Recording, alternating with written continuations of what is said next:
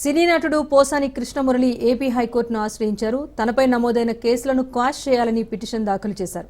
తనపై నమోదైన కేసుల్లో ముందస్తు చర్యలు తీసుకోకుండా ఆదేశాలు ఇవ్వాలని పిటిషన్లో కోరారు. ఇక మరోవైపు కర్నూలు కోర్టు పోసాని కృష్ణమురళికి 14 రోజుల రిమాండ్ విధించింది. దీంతో పోలీసులు ఆయన్ను కర్నూలు జైలుకు తరలించారు.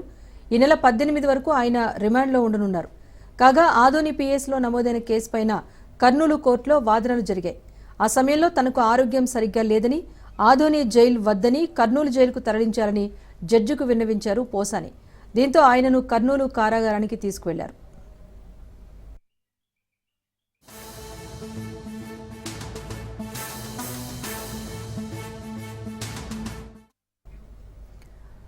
రైట్, మొత్తానికి పోసాని కృష్ణమురళిని 17 కేసులు రాష్ట్ర వ్యాప్తంగా నమోదైన నేపథ్యంలో అన్ని కేసులకు సంబంధించి విచారణ అయితే కొనసాగుతోంది. ప్రస్తుతం తనపై నమోదైన అన్ని కేసులకు సంబంధించి క్వాష్ చేయాలంటూ కూడా ఏపీ హైకోర్టును ఆశ్రయించారు పోసాని కృష్ణమురళి. దీనికి సంబంధించి అప్డేట్ మా ప్రతినిధి మధు అందిస్తారు. మధు.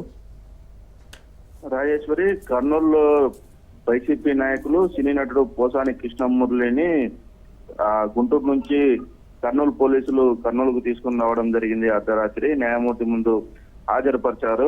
న్యాయమూర్తి 14 రోజులు రిమాండ్ కూడా ఇవ్వడం కూడా జరిగింది. ఏదైతే పవన్ కళ్యాణ్ పైన పోసాని కృష్ణమురళి గతంలో అసభ్యకరంగా మాట్లాడారని ఆదోని 3వ పట్టణ పోలీస్ స్టేషన్ లో జనసేన నాయకుడు రేణు వర్మ పెట్టిన కేసులో ఆదోని పోలీసులు పీటీ వారెంట్ పై గుంటూరు నుంచి అరెస్ట్ చేసి కర్నూలుకు తీసుకురావడం జరిగింది. కర్నూలు కోర్టులో న్యాయమూర్తి ఎదురుగా హాజరుపరచగా న్యాయమూర్తి 14 రోజులు రిమాండ్ విధించారు.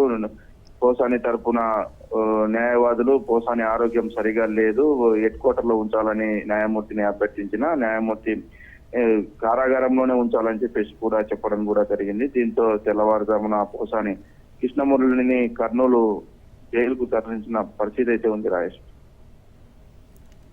మధు, మిగతా కేసులకు సంబంధించి కూడా విచారణ ఎలా కొనసాగబోతోంది? ప్రస్తుతం జైలుకు తరలించే విషయంలో కూడా పోసాని కొన్ని అభ్యంతరాలు వ్యక్తం చేసినట్టుగా తెలుస్తోంది. హైకోర్టుతో కోర్టు ముందు ఉంచినట్టుగా తెలుస్తుంది. ఆ వివరాలు ఏంటి?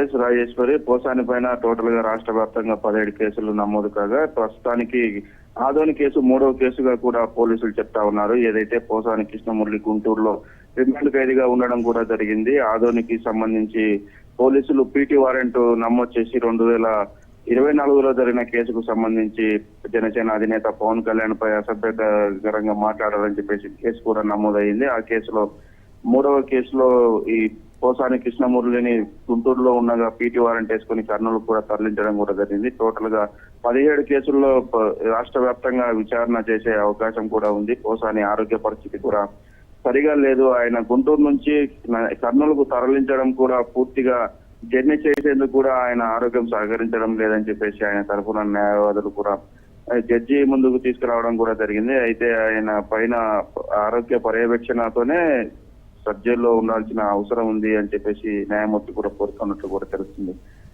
Right, thank you Madhu.